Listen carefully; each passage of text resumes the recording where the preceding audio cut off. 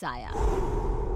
यूं तो बनारस घाट अपनी खूबसूरती के लिए बहुत प्रचलित है, पर घाट के किनारे कई राज लिए बैठे हैं। ये कहानी शुरू होती है बनारस के घाट के पास बने ममता निवास से, जहां प्रिया लाल जोड़े में ममता के घर उसकी बहू बनकर आती है। आओ आओ बहू, घर को अपने पैरों से पवित्र करो। ममता घर की दहलीज पार कर ही रही होती है कि अचानक एक बहुत गंदी सी बास पूरे घर में फैल जाती है।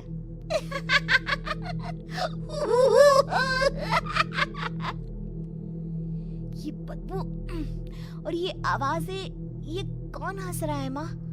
अब ये पड़ोसी ना हमारे थोड़े अलग से है। कहाँ हम शाकाहारी और ये मांस मच्छी खाने वाले। छोड़, तू ध्यान मत दे और गृह प्रवेश कर। और हाँ बहू, अपनी सास की एक बात हमेशा याद रखना, इन पड़ोसियों से तो कभी बात नहीं करेगी। अच्छे लोग नहीं है ये। अपनी सास की ये बात मानेगी ना बेटा? हाँ माँ, जो आपकी मर्जी, मैं उनसे बात नहीं करूंगी। अगले दिन प्रिया अपनी पहली रसोई बनाने रसोई घर में जाती है। ये छोकी बात तो नाक में जा रही है। एक काम करती हूँ, खिड़की खोल देती हूँ।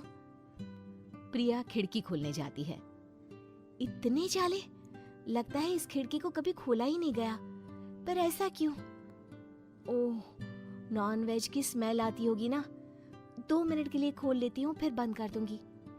प्रिया खिड़की खोलती है। खिड़की खोलते ही उसकी नजर सामने वाले घर की खिड़की पर पड़ती है, जहाँ एक लड़की खड़ी होती है। हाथों में मेहंदी, लाल रंग की साड़ी, बिल्कुल सजी धजी, मानो प्रिया की तरह ही वो भी नई नवेली बहू हो। वो प्रिया को देखकर मुस्कुराती है। हे भगवान, माँ ने तो इनसे बात करने को मना किया था। प्रिया फौरन ही खिड़की बंद कर देती है और तवे पर चढ़े रोटी की ओर देखने लगती है, पर वहाँ रोटी न होकर मछली पड़ी होती है। ये क्या? पहली ही रसोई में इतनी बड़ी गलती। हे भगवान, अब मैं क्या करूं? प्रिया बहुत डर जाती है और फौरन रसोई की सफाई करने और फिर सभी के लिए खाना बनाने लग जाती है। जब वो सबको खाना परोसती है, सब तो ठीक है, मैं बेकार में चिंता कर रही थी। हे भगवान, ऐसे ही बस अपनी कृपा बनाए रखना। रात के वक्त जब सब सो रहे होते हैं, तब प्रिया को पायल की आवाज सुनाई देती है, जिससे उसकी आंख खुल जाती है। ये पायल की आवाज कहाँ से आ रही है? प्रिया उठकर उस आवाज के पीछे छत की सीढ़ियों तक जाती है। तभी उसे बच्चे के रोने की आवाज आती है। प्रिया छत पर जाती है तो क्या देखती है? वही लाल साड़ी वाली लड़की अपनी गोद में एक नवजात बच्चे को घुमा घुमा कर सुला रही है। तभी प्रिया की नजर उसके पेट पर पड़ती है। ओह गॉड, ये तो प्रेग्नेंट भी है। सुनिए, बच्चा सो नहीं रहा है क्या? मैं कुछ मदद करूं? नहीं नहीं, आपके घर वालों को अच्छा नहीं लगेगा, मैं संभाल लूंगी। स्नेहा की गोद से बच्चा हाथ मारकर प्रिया की गोद में आने को छटपटाने लगता है। दोनों घर अगल बगल में बने होने के कारण प्रिया उस बच्चे को गोद में ले लेती है। प्रिया के पास आते ही वो सो जाता है। बच्चे का वो स्पर्श रात भर प्रिया भूल नहीं पाती और अगली सुबह वो छत पर कपड़े सुखा रही होती है। तभी उसे एक औरत इशारा करके बुलाती है। स्नेहा कह रही थी बाबू तुम्हारी गोद में आते ही सो गया। मैं गौरी, स्नेहा की माँ हूँ। बहू, घर आना, बाबू को खिला भी लेना। शाम को जब घर पर कोई नहीं रहता, बच्चे से मिलने के लिए प्रिया छिपकर अपनी पड़ोसन के घर चली जाती है और कुछ देर बच्चे को खिलाकर वापस लौट आती है। इसके कुछ दिन बाद ही प्रिया को पता चलता है कि वो माँ बनने वाली है। ममता की खुशी का ठिकाना नहीं रहता।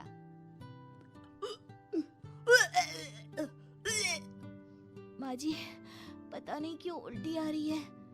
प्रिया भागती हुई वॉशरूम में जाती है तो हरे और लाल रंग की उल्टी करती है। उस उल्टी में से कीड़े निकलते हैं। ये क्या? खून और ये कीड़े! माँ! माँ! प्रिया की आवाज सुनकर ममता दौड़ कर आती है, पर बेसिन में कुछ नहीं होता। प्रिया हक्की बक्की रह जाती है। ये सब क्या हो रहा है? प्रिया घबरा जाती है और अपने कमरे में जाकर सो जाती है। डर के कारण वो इतनी थक जाती है कि उसकी आंख लग जाती है। तब उसे ऐसा लगता है उसके पेट पर मानो कोई बैठा हुआ हो। कौन हो?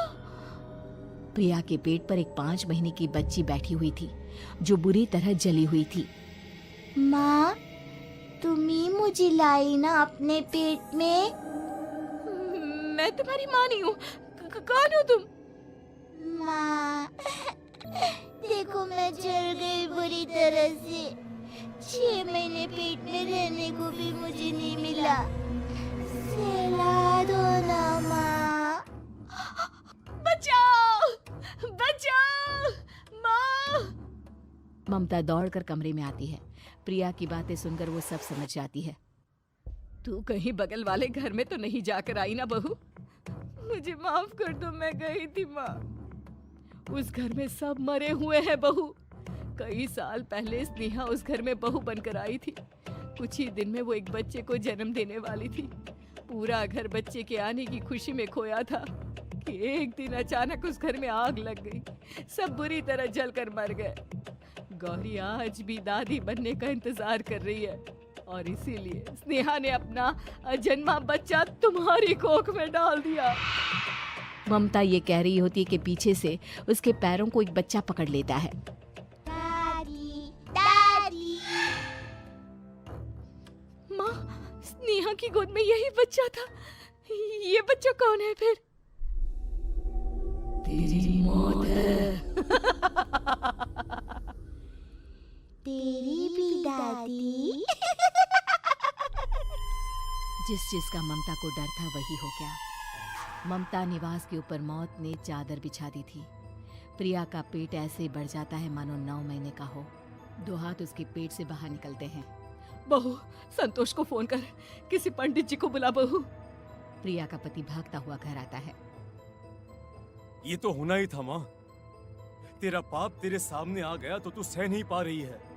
स्नेहा घर में आग लगी नहीं थी, माँ ने लगाई थी, प्रॉपर्टी की लालच में। और वो बच्चा मेरी पहली पत्नी का बच्चा है, मेरा बेटा, जो कि उस आग की चपेट का शिकार हो गया था। मैंने तुमसे ये सब माँ के कहने पर छुपाया था। मुझे माफ कर दो प्रिया। तुम अगर चाहो तो यहाँ से जा सकती हो। मैं तुम्हें किसी भी बंधन में रखना नहीं चाहता। मेरी शादी हुई है आपसे, मैं आपको छोड़ नहीं सकती, पर उससे पहले हमें स्नेहा, उसकी माँ और बच्चे की आत्मा की शांति करवानी होगी। संतोष और ममता गौरी के घर जाते हैं। अंदर सब कुछ जला हुआ होता है। जमीन पर जली हुई लाशें बिखरी हुई थी। ममता रो रो कर अपने करने की माफी गौरी से मांगती है। प्रिया स्नेहा के घर वालों का अंतिम संस्कार करवा देती है और ममता निवास फिर से आत्माओं के साए से मुक्त हो जाता है।